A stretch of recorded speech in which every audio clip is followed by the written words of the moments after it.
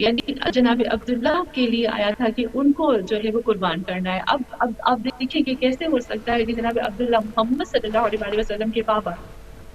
اچھا یہاں پر جب ان کا قربان نکلا تو سارے جو مکہ والے تھے وہ رونے لگے, پورا مکہ جو تھا وہ رونے لگا کہ نہیں نہیں نہیں اس کو نہیں کرنا. تو ایک عورت آتی ہے کاہنہ جس کو کہتے ہیں اس دور میں, وہ آتی ہے اور وہ کہتی ہے کہ نہیں آپ جو ہے ان کی بجائے جب جناب عبداللہ کا نام نکلے قرہ کشی میں آپ 100 اونٹوں کی قربانی کرو, جب تک کہ حضرت عبداللہ کا نام نہ آئے اونٹ کا نام آ جائے. ان لوگوں نے اسی طریقے سے کیا. تقریباً 10 مرتبہ جناب اللہ کا نام آیا تھا قربانی کے لیے, اور پھر ہر مرتبہ 100 اونٹوں کو قربان کر دیا گیا, تقریباً 1000 اونٹ کو قربان کر دیا گیا, اور پھر 10 مرتبہ کے بعد آخر میں ان کا نام نہیں آیا. جب یہ ہوا نا تو جناب عبد المطلب بہت خوش ہوئے, اور انہوں نے جناب عبداللہ کا ہاتھ پکڑا اور پھر وہ چلے گئے جناب آمنہ کے گھر پر, اور وہاں پر انہوں نے جناب آمنہ کا رشتہ لیا محمد صلی اللہ علیہ وسلم کے بابا کے لیے, جناب عبداللہ کے لیے, اور پھر خود کے لیے بھی رشتہ لیا دونوں نے, یعنی اپنے لیے بھی. اب کیا ہوتا ہے کہ جناب عبداللہ کو محمد صلی اللہ علیہ وسلم پیدا ہوتے ہیں, وہ جناب عبد المطلب کو جناب حمزہ پیدا ہوتے ہیں. آپ دیکھیں کہ رسول اللہ صلی اللہ علیہ وسلم اور جناب حضرت حمزہ تھے, وہ دونوں ساتھ پلے تھے, یعنی تقریباً ان کی ایج ایک ہی جتنی تھی, اور ایک دوسرے سے بہت محبت کرتے. حضرت حمزہ کے لیے ملتا ہے عاشق محمد تھے صلی اللہ علیہ وسلم, اور محمد صلی اللہ علیہ وسلم کو ایک لمحے کے لیے اکیلا نہیں چھوڑتے تھے. تو یہاں پر ملتا ہے کہ حبشی نے کہا کہ میں حضرت حمزہ کو قتل کر سکتا ہوں, اور ایسے ہی ہوا کہ اس نے چھپکے سے جناب حمزہ پہ وار کیا. اور یہ وہ جنگ تھی کہ جس کے اندر محمد صلی اللہ علیہ وسلم بہت روئے تھے. یہاں جنگ کا اختتام کس چیز پہ ہوا تھا اس کو میں بتاؤں گی. یہاں پر ایسے ہوا کہ حضرت حمزہ کا بہن آتی ہے اور حبشی سے کہتی ہے کہ حضرت حمزہ کی جو لاش تھی نا اس کے ساتھ بہت زیادہ بے حرمتی کی گئی تھی, ان کے جسم کے اعضاء کو کاٹا گیا تھا, ان کے جسم کے اعضاء کیا تھا. اور پھر جناب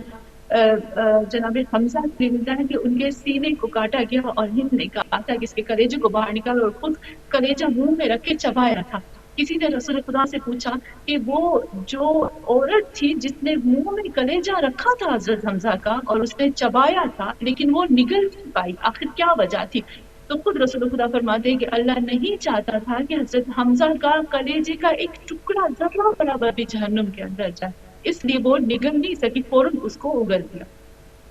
تو یہاں پر جب ہم دیکھتے ہیں کہ یہ اس طرح سے جنگ ہوئی تھی, اور جب رسول خدا نے بھی دیکھا تھا کہ سب لوگ اپنے پیاروں پہ گریا کرتے ہیں, حضرت حمزہ پہ کوئی گریا کرنے والے, تو رسول خدا رونے لگی اور کہا کوئی جو میرے حمزہ پہ گریا کرے. اور پھر کچھ عورتوں کو بلایا اور کچھ عورتیں آئیں, پھر حضرت حمزہ پہ گریا کیا تھا. تو یہاں پر جب ہم دیکھتے ہیں نا سسٹر سہل, تو یہاں پر جو سب سے بڑی ناکامی تھی مسلمانوں کی یہی تھی کہ دنیا کے پیچھے ہتھیار پھینک کر جس ملک کے فوجی ہتھیار پھینک کر دولت کے پیچھے لڑتے ہیں نا, وہ ناکامی کو دیکھتے ہیں. اچھا پھر اس کے بعد نہیں کہ یہ جنگ جو تھی وہ ختم کس چیز پہ ہوئی.